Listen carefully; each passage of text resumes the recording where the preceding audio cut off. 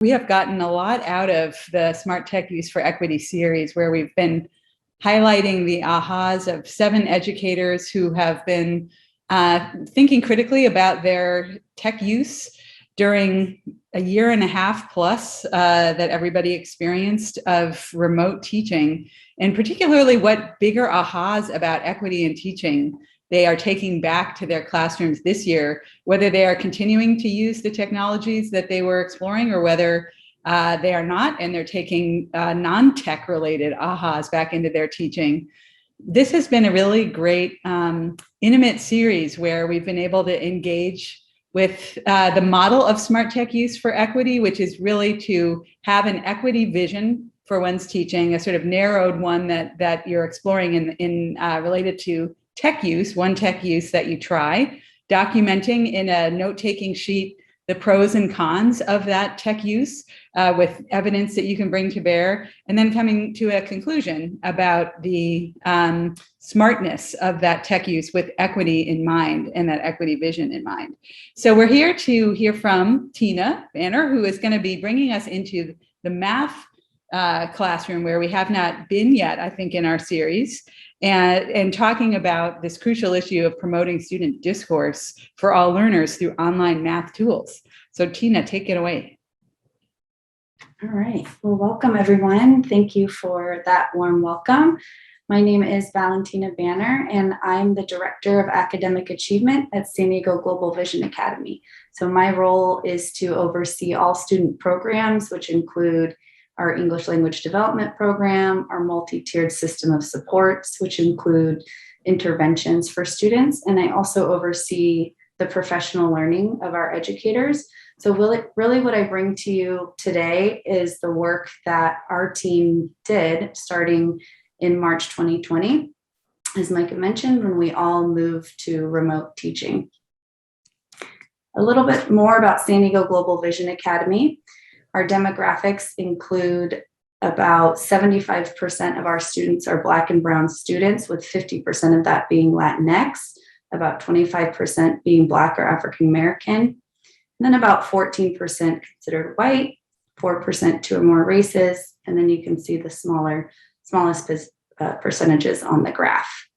In addition, we are a Title I school with about 60% of our students considered socially economically disadvantaged.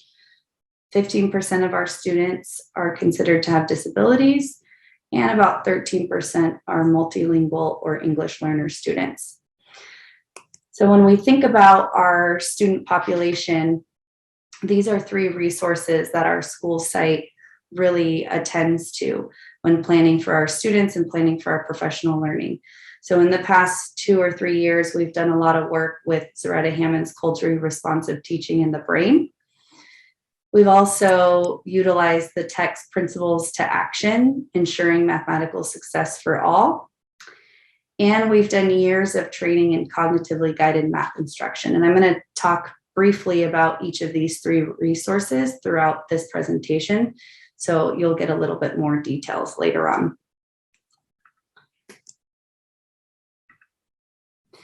This quote from Zaretta Hammond's book is one that we went back to in March of 2020 when we were thinking about how can we really move our math program into a virtual setting as really a school that doesn't require educators to use curriculum to fidelity. A lot of the tasks that we use are created by teachers, so they really wanted to be mindful about how they were going to create these tasks in a virtual setting.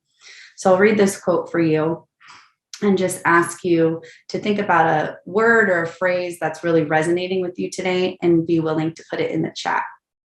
For culturally and linguistically diverse students, their opportunities to develop habits of mind and cognitive capacities are limited or non-existent because of educational inequity.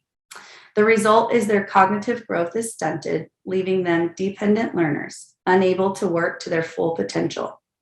In the new Jim Crow, Mass Incarceration in the Age of Colorblindness, Michelle Alexander suggests that this dependency is the first leg of the school to prison pipeline for many students of color. Over time, many students of color are pushed out of school because they cannot keep up academically because of poor reading skills and a lack of social emotional support to deal with their increasing frustration. Zaretta Hammond also talks a lot about students really being in the learning pit, which is thinking about that quote and really putting it into practice. So this is an example of an explicit lesson that we do with our students to have conversations around the challenges that learning will bring. And then that's what is expected, that there's going to be times when you're in the pit and you're thinking to yourself, or maybe you're even saying out loud, this is really hard. I'm feeling frustrated. Maybe I'm just not a math person. I can't do this. I need help. How am I going to get through this? And all of those feelings and emotions are normal in really any content area. And what we do for our students is give them tools to help them climb out of that pit. So we give them those steps that you see on the right side of how can I try some problem solving ideas? Can I raise my hand and ask a question? Can I ask a peer next to me? What or who can I go to for help? And then that satisfaction you get when you actually pull yourself out of the pit. So at the top, you see a little helicopter with a teacher driving it. And what we tell our students is we could throw you a rescue line while you're in the pit and make it easier for you. But we really wouldn't be helping you get to that satisfaction, and we wouldn't be supporting your learning skills if we just threw down that rope and rescued you and brought you to the bridge. So hopefully today in this session, you'll get to feel and see a little bit about what we did to bring this type of learning from our in-person classrooms into our virtual settings. So I want you just to reflect just for a few minutes on what kind of mathematical qualities you would want your students to gain. And even if you don't teach math, I think you might have your own children or grandchildren, or even the neighbors that live around you. What kind of mathematical qualities do you hope for students to gain? When we describe students as mathematicians, how would you describe them? And in the chat, you should see a link to a Slido. And I actually want you to put those ideas in the Slido, and we're going to make a little word cloud with our team here today. And there's a small group of us, so if you can maybe put 3 or 4 words, that would help our word cloud a little bit. And I'm going to switch over so we can see our responses. Oops.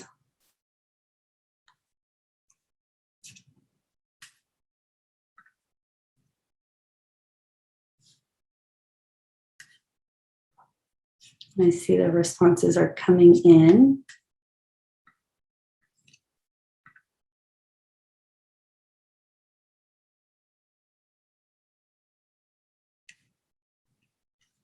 And we can see our word cloud generating. So resilience, problem solving, applying techniques, curiosity, perseverance, application, flexibility, beauty, joy, goodbye to speed, persistence, questioning, becoming problem solvers. Lots of problem solving ideas. Okay, I'm going to pause this there and go back to the slides. And that same question was asked of our school staff, and our group of educators said similar ideas to what you just said. They wanted them to be confident. They wanted students to be able to persevere and problem solve.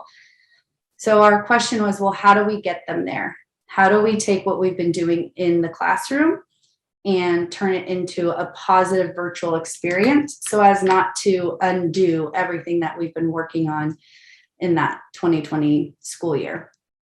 And so we went back to our 4 elements of high quality math instruction. So if we say that we're a school where we're not requiring teachers to use the math curriculum to fidelity, we want to make sure that they still know what are the elements that we're looking for in every single lesson.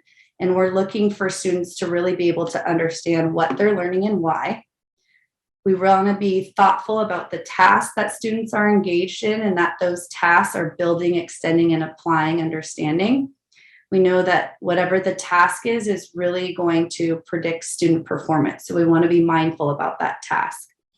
We want students to use language and literacy to communicate in disciplinary ways, which is really our focus for today. And we also want students to self-assess and reflect on their own learning and understanding. So in thinking about these 4 elements, in March of 2020, we used 3 organizations that I want to give credit to, because a lot of what I'm going to share here today is from their work, and that's through the San Diego County Office of Ed. They had several sessions that we attended, and Melissa Soto from the Math Project at San Diego State, she also had several sessions about the use of online math tools.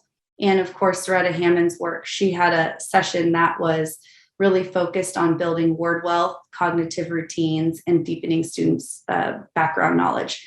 So we used all of that great professional learning, what we were doing at SDGVA, to come up with the plan that I'm going to share with you today. And most importantly, we wanted to hold on to our beliefs as educators. Our school has done a lot of work the past few years on shifting our mindset as teachers of mathematics and as learners of mathematics. So on the right side, you can see these 6 productive beliefs that I'm going to go through. And while I'm going through them, I want you just to think about maybe one that's really resonating with you. And I often think that these beliefs can really be transferred to any content area, not just mathematics. So even if you don't teach math, I think you'll find some connection to the work that you do in English language arts or social studies or science or PE. So the first one really talks about the use of problem solving, reasoning, and discourse to help students have a conceptual understanding. The second productive belief is all about strategies and approaches, that we want students to be open-minded about how they can tackle a problem and be able to try out those different strategies. The productive belief number 3 is about students exploring and solving contextualized mathematical story problems. Number 4, I'm going to skip for right now. I'm going to go to 5, which is about students being active in making sense of mathematics through various strategies, by justifying solutions and making connections to the reasoning of others.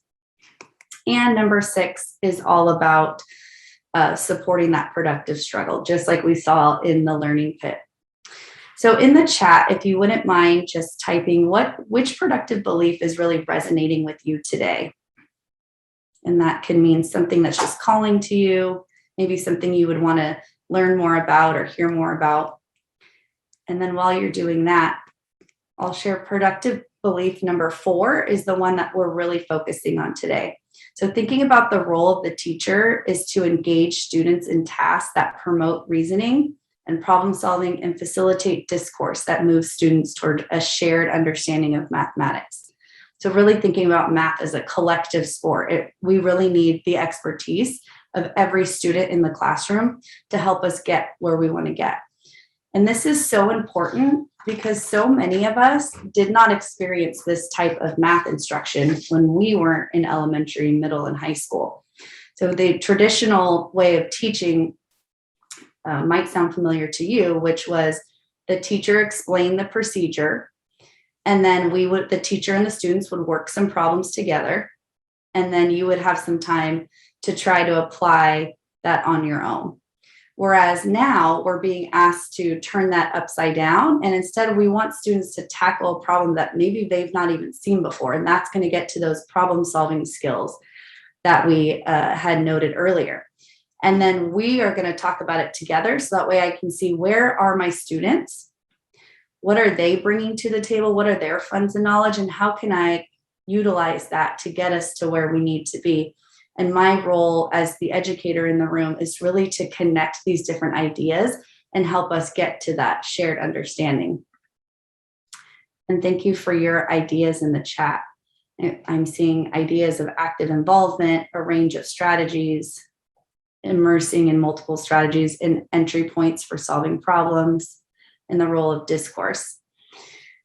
So we use a framework that comes from this book, 5 Practices for Orchestrating Productive Mathematics Discussions.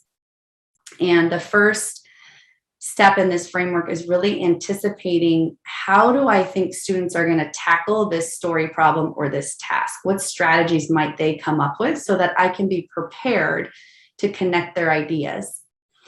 And the way that I even can collect their strategies is by, I take my clipboard, they're working on the task, and I'm walking around the room and I'm writing notes and I'm saying, oh, Kim's solving it this way and Tina's solving it this way. And that's kind of similar to the way this student is solving it. And then I'm strategically selecting some students to share their ideas. And I'm putting that in a sequenced order of, maybe I want the class to see Kim's first because it was more visual and pictorial. And then I want to showcase the next one because theirs was more abstract, and I want to connect those together so that students can see the pictorial concrete representation with the more abstract. And that connection is the discussion that I'm including students in. So when we were thinking about moving our math instruction online, we were really trying to be strategic about how we were going to do this. And we're going to try that on just a little bit today.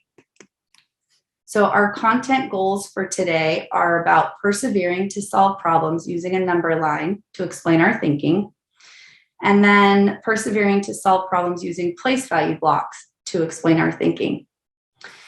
And in addition to content goals, we always think about language goals since we want to promote that discourse. And our goal for years has been, in a math lesson, to have 60% of the time with peer-to-peer communication. So that could be students working in a small group and talking, students working with a partner, students sharing out to the whole class. But that is a really big goal. And thinking about moving that online was a really big challenge for us. So again, we went back to those resources I just shared, and we utilized some of the professional learning we had attended, and we came up with some tasks that you're going to engage in right now. So in just a few minutes, you're going to be working with a partner on 2 tasks, just so you can get a little taste of what our students did when they were learning in remote online learning. So the first task is going to be a number line, and it's going to look like the image down below to the right, and it has directions for you when you're on the screen.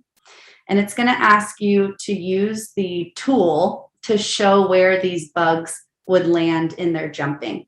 And the important thing to remember is to match the direction with the color. So for example, red says a bug starts at 1 and jumps 4 units to the right. You're going to want to get the red marker and use red to show that bug.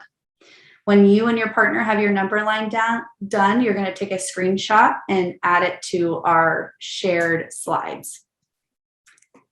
And then task number 2 will have a different link, and you're going to look at two place value tasks. And the first one on the left is going to ask you to drag over the place value blocks and build 374. And then there's a story problem underneath it that you're also going to drag the place value blocks over. And you're going to see some other tools that you're welcome to use, like a pencil for writing or being able to type. And then take a picture of your completed work and put it on the slides. So Angela's going to help me with some partner breakout rooms. And before she lets us go, I'm going to give you the links that you're going to need. Let me just get those in the chat.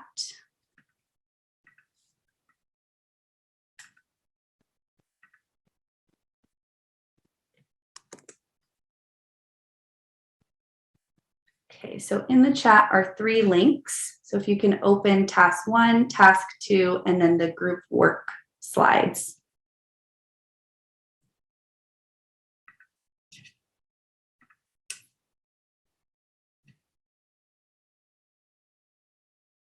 Just going to stop sharing to see if we all have those links.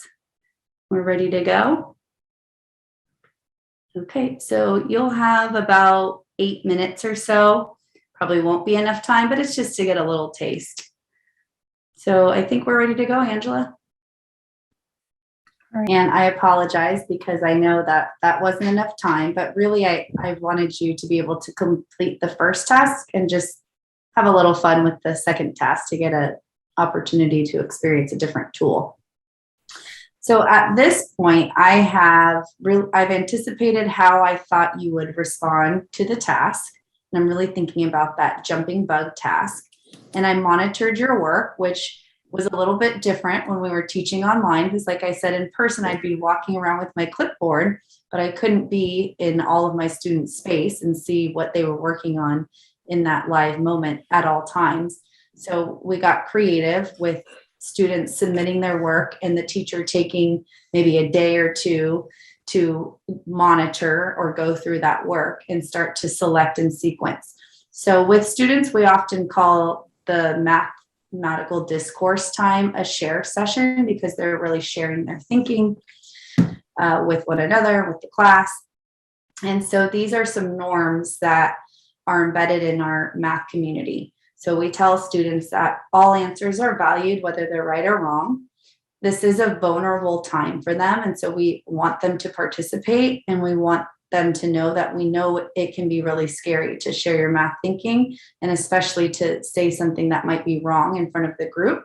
But that's what we're here for, is to learn together and to put all of our collective ideas into our understanding.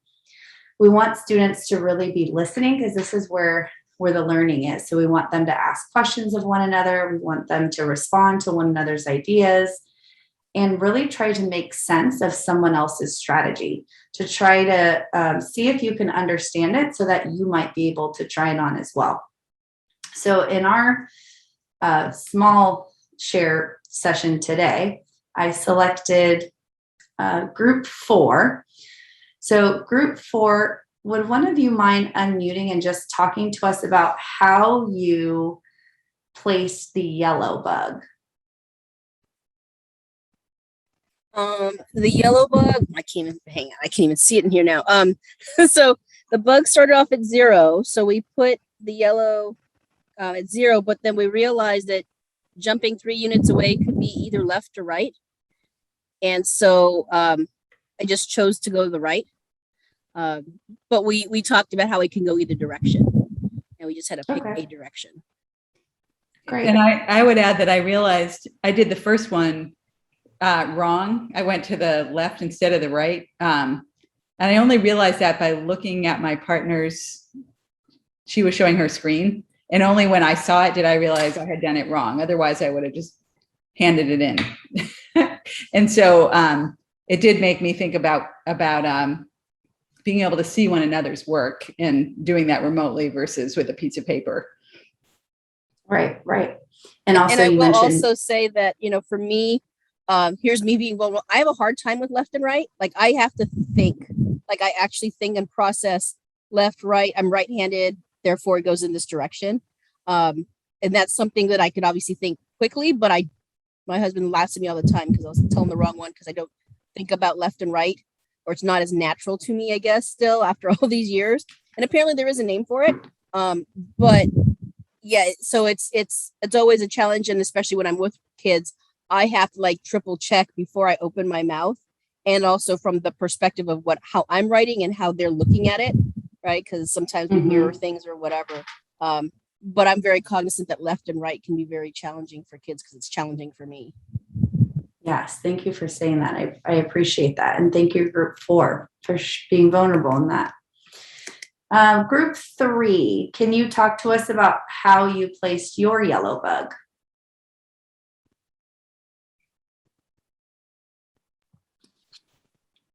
So we just had go ahead. Sorry. Oh, no. Please go ahead. I think we just had a conversation about, first of all, trying to make sure that we understood the prompt the same way. And so that it was up to our choice about which way it went, and then counted 3 units from 0. And did you have any deciding factor why you decided to go left instead of right? I don't think so.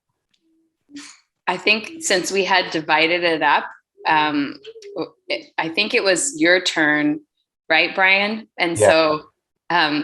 so then the next one was me. So we were remote controlling, so that way we could take turns. Oh, great. Well, thank you. So at this point, the teacher might have a discussion about that the prompt was pretty vague. It didn't say whether to go left or right. It didn't say the value increased or decreased. And so we have these varying responses. And really what we're trying to get at is in 6th grade, students learn about absolute value. And we could just tell students that absolute value is the distance from 0, or we can engage them in a task like this. And every time absolute value comes up, they're going to have this shared experience to really remember the idea of absolute value. And I'm going to be able to refer back to this task. So they'll be able to really connect this vocabulary word with this shared experience that we had and this shared understanding. And if we had more time, we'd bring in other groups' ideas and so forth. So I'm going to move us along, because one other area that we ran into some challenges was when our students were in person, we were able to offer them many supports for discourse. So we may have had a poster in the room, like the academic conversations, that's color coded and helps students get their ideas rolling. Or we may have had these travel cards that were also color coded that students could stand up and talk to somebody and use those supports to help them, or in their writing, they could use those, or these table tents. So we had to get creative in thinking about the online version of that.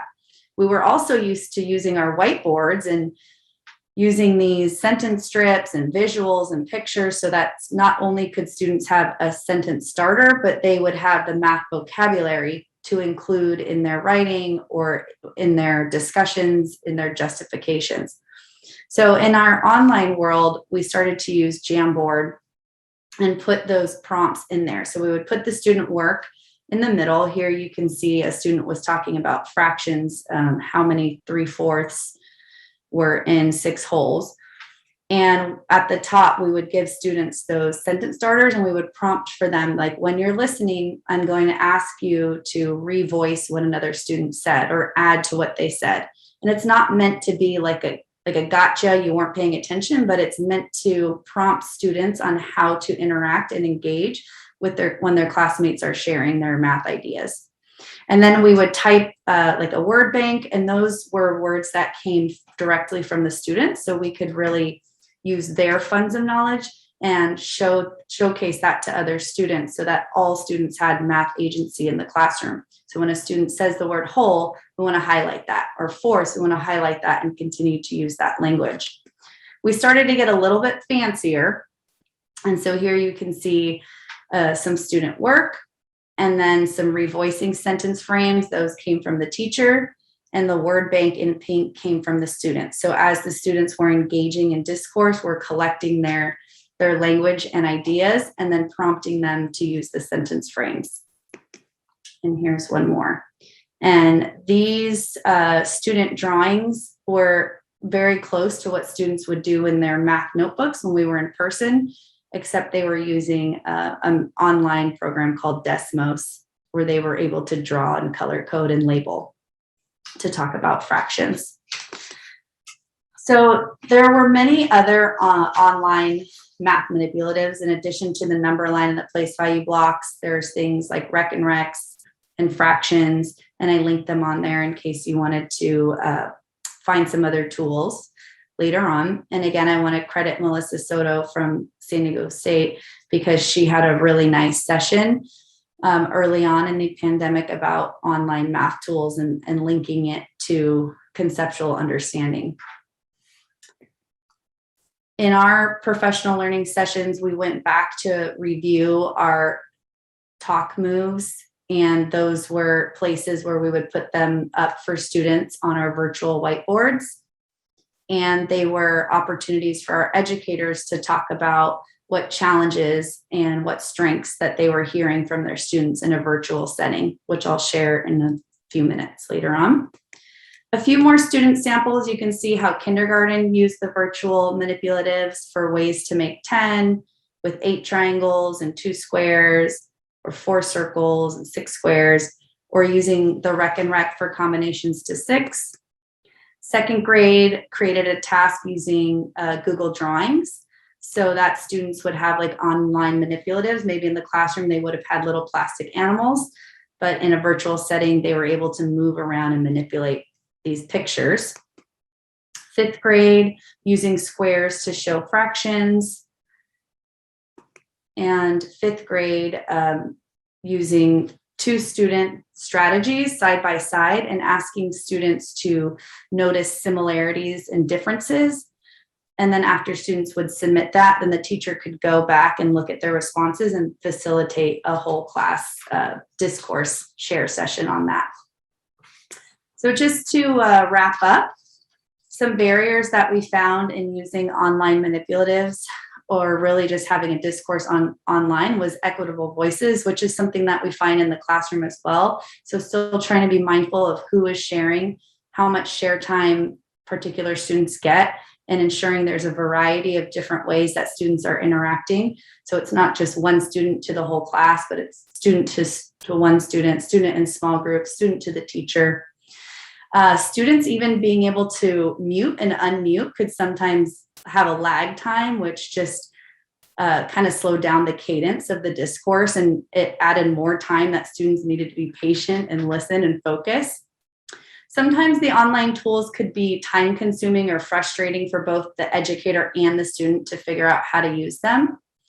And sometimes even the educator's comfort level with conceptual math ideas, which is a barrier that we see even when students are in person as well. Thinking of the idea, are students learning the math concept or are they spending time learning how to use the tool? And then sometimes the elements could be distracting because students would like to draw pictures or they would just get excited about the tool, which does happen in real life with real math manipulatives as well. And some successes were that students were still sharing their strategy using visuals and manipulatives. Our school was able to maintain the culture of how we teach math, which is through that conceptual problem solving and discourse. We were still able to provide students access to grade level mathematics. And we were still able to cultivate an environment where students felt comfortable making mistakes, sharing their ideas in front of the class, being vulnerable in those shared opportunities. And we were still able to utilize the high ceiling, low floor tasks that we'd been using when inside of the classroom. So that's everything that I have for our team. And I know we're going to use these last few minutes to engage in a little dialogue. Great. Thanks, Tina. You gave us a wealth of things to think about. Kim and I traditionally start with a couple questions, and we really want to open it up to folks who came. I love the fact that the equity vision, stayed consistent through the pandemic, and that you refused to, chuck it. That it was really about saying, we want deep thinking, deep learning, and how are we going to make that happen under these conditions? That particular quote that Zaretta Hammond pulled out from Michelle Alexander, I felt was the only part of the discussion that gave me pause, because it actually sounded more like this kind of development that gets stunted kind of way of talking, where I think what Zaretta's work is all about and what yours is all about is really about how you refuse to stunt anything and just went for the gusto of deep learning. I think it's a really important equity issue, because I know in our prior conversations we talked about kind of the basic equity versus the deeper one that you're going for. The basic being just like, can everybody get online? Can everybody access the tool? Super important. But the deeper questions you were asking about learning mathematics and being able to dialogue, being able to show one's work and discuss it, that's really the rigorous learning that folks like Zaretta Hammond are calling for. So I really like you pushing equity in that direction. I was just going to ask one question about your ahas going forward about which uses of time were worth it. So, now ideally we have the choice about using some of these tools or not going forward. And, I spent a little bit of my small group figuring out how to use it. And on my mind was, how much time does this take? And is that time worth it? So do you have any thoughts about time use with these kinds of tools going forward? So overall, our teachers really liked to have access to the online math tools because then they didn't have to have it in the classroom. Like Rec and Recs really aren't something that a lot of classrooms have anymore. And the teachers had seen it maybe referenced in a curriculum, but if they didn't have it, they would just find something else, maybe like beads and a string or something like that. They would just try to buy something that was low cost and supplement. So the online tools actually ended up being something that they could access in a different way. And most students really picked it up pretty fast. So the issue of time, actually with students in the class, we can help them along more than when they're at home and they're trying to figure it out on their own and they're frustrated, or we're sending them a video showing them how to drag and drop the tools. And then there's the element of them having to pay attention and maybe know how to pause the video and try it versus us sitting there and showing them. But what we've been using them for this school year is maybe students are working in a center and they're solving a story problem and they want to use a tool that either is cumbersome or we don't have enough of them. And we're still at a place where we are cleaning a lot of the materials that the students are sharing. So it takes away that time of having to wipe them down and also the element of not having enough. So that has actually been a nice addition to the classroom. And like I said, much better in the small group and giving student choice, because now instead of I only have these tools to offer you, students can go online and choose from a variety of different tools, and they can showcase their work in maybe a different way that maybe paper and pencil wasn't good for their learning style.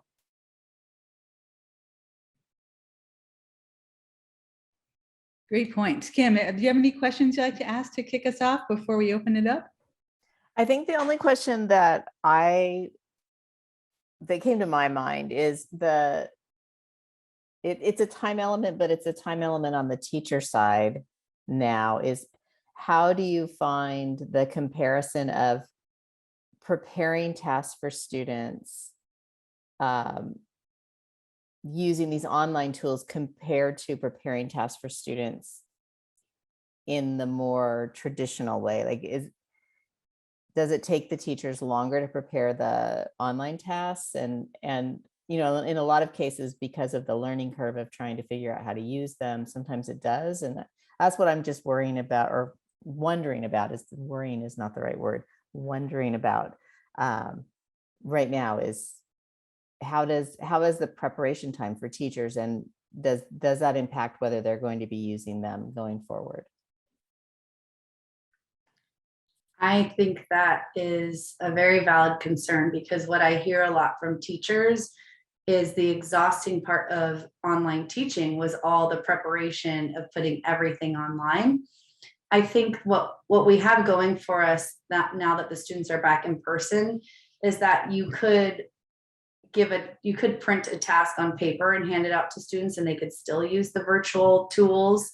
It doesn't have to be like I had the task typed out for you, because when I was thinking about my students at home, I just thought it would be so much easier if they had the task right above the tools versus having to go back to Google Classroom and say, what was that task that she had linked on there and where does it go with? But when students are in the classroom, I think it's easier to explain those things. You could even have it printed out at the actual center and the students could have the computers there, so it wouldn't have to be on there.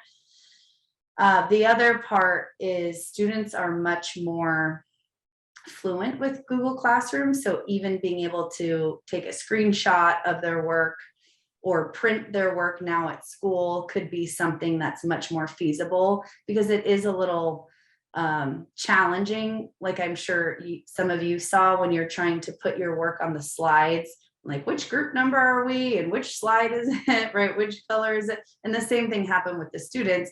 And when I'm in the room, I can explain it much more better than when I'm in the Google Meet trying to explain it to them, or I'm typing all this language on my Google Classroom trying to explain it to them.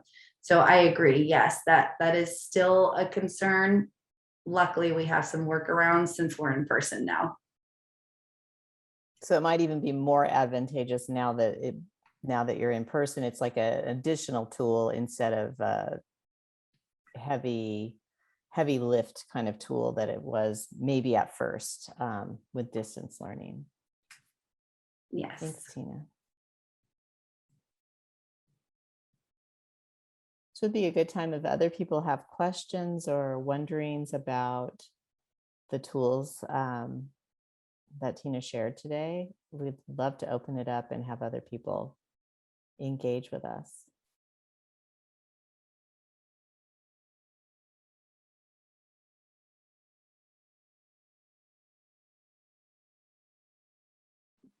I have a question for you, Tina. When you were having your students working in the breakout rooms together, did you notice them making use of the frames that you provided? Like what did the discourse sound like? Was it like screens off, but still they're talking? I'm just curious about what the discourse sounded like. So most of the share sessions were whole class. We were all in one Google Meet session. So their screens were pretty much on. We're K-8, and middle school would tend to more have screens off, but our elementary, they wanted their screens on. They wanted to be seen. And so it was mostly a whole class effort. And that's why it was so important to really give the task ahead of time, have that time to mine through the student work, and use that framework of selecting and sequencing, because your time is so limited. And when you don't have the students in front of you, engagement was a real challenge, because when you're in the classroom, you're able to work the room, or like, if kids playing with something, you can kind of gently put it to the side for him or her. But when you're in a virtual setting, I can't really see what the students are doing, and they're not as engaged because we're in the Google Meet setting. So we tried to keep them pretty short, and we really tried to prompt students. And we would even use the chat feature, or we have a program where we can talk directly to the students, and it's not a public chat feature called Hapara. And through that, we would say, okay, Jasmine, I'm going to be coming to you next. So that was another equity tool of getting students ready, so that they would maybe have time to practice, or it wouldn't be like a surprise that I'm going to have you talk and share. The breakout rooms really weren't utilized for the actual really strategic shares. There were times when they were working in breakout rooms, but it was more so to generate that work that I could mine through. Thank you. Hi, Tina, Janice. I was thinking the same thing. Hi. I was thinking the same thing in terms of how all of the math work was accessible to all students. And you just gave me one with using, what's the name of it? Where they can talk into the, they can prepare them. You just said it. They can. The Hapara. Hapara. Yeah. Mm-hmm. Right. And so I was wondering, what other ways were you able to level the field so that all learners could participate? Yeah, great question. So oftentimes when we present students with a task, we will offer different number sets. So some students might be working with single digit number sets, while others are working with double digit number sets, and others are working with fractions or decimals. So it's differentiated for where they are. So that would be an access point for them. Or they might have been working in a breakout room with a instructional associate, or with even myself as the teacher, whereas maybe other students were released to work on their own or in a breakout room. So that was another support as well. I would say the biggest one, because it was really focused on discourse, was just giving them that chance to practice what they just did and how to explain it to, even if it's not me, but to a peer, putting them in a quick breakout room and say, explain to your peer what you did here in your work. Even that rehearsal time was important because it's different explaining to one other student versus a whole screen of 25 students.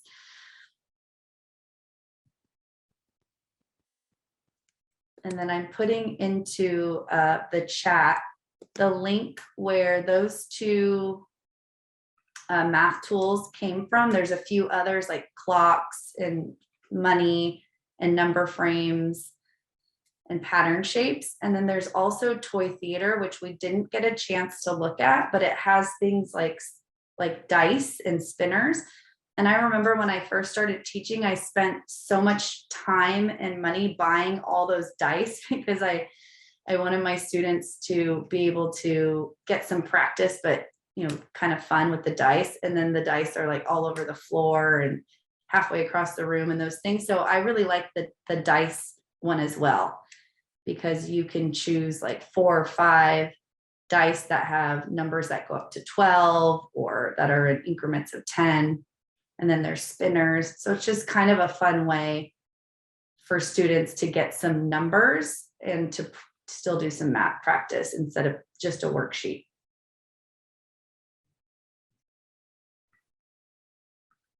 Great suggestions. And we're about to end. I guess I found myself thinking of one final mega equity issue. And I'm just curious, for your take.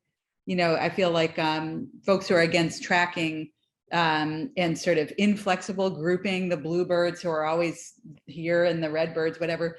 I made me wonder about whether more flexible grouping was possible in the remote setting and less visible. So it wasn't, students in front of one another being, put in group A versus B. Did you feel that at all? We definitely felt that, especially in our middle school, because, as they get older, they get much more aware. And we've even had students voice in their IEP meetings that they don't want to be pulled out anymore because it's embarrassing or they miss the content. I'm missing what's happening or I'm missing something. And I have this, FOMO feeling and I want to be with my peers. So actually the virtual setting did give more flexible grouping where students didn't even know that other students were meeting with a teacher or meeting with another group or meeting with a education specialist or ELD teacher. So that was one element that we did like, but we're 100% inclusive school. We don't have any special day classes or a learning center that students spend a significant amount of time on. So that's something that we really try to aim for regardless. And really try to provide push-in supports and include students who maybe even aren't on an education specialist caseload or aren't designated English learner. We really try to be mindful of that because students are smart, right? And they can pick up on those things. And if it makes them feel like they're less than in some way, then that's an equity issue. I agree. And like I mentioned earlier, we really try to be mindful that every student has math agency in the classroom. So those equitable voices are really important, that we're not always calling on the same student, and that we're bringing to light that every student does have something to share in the math discourse conversation. And so it's that strategicness of the teacher to find that and connect that. And that's really what the 5 practices helps us to do. Fabulous. So once again, in our lovely little small group, we came up with all this wisdom that we look forward to sharing out on the recording and whatever artifact we make of our top ahas. We want to invite folks to our next session, which will feature Artemisa, who is here today, on social justice in a virtual classroom. So thanks so much for joining us. And we hope to see you next time. And then we just have one more after that in our Smart Tech Use for Equity series. So thanks, everybody. Thanks, Tina, for a wonderful, wonderful set of ideas today. Well, thank you, everyone. And thanks for being willing to do some math on a Tuesday afternoon.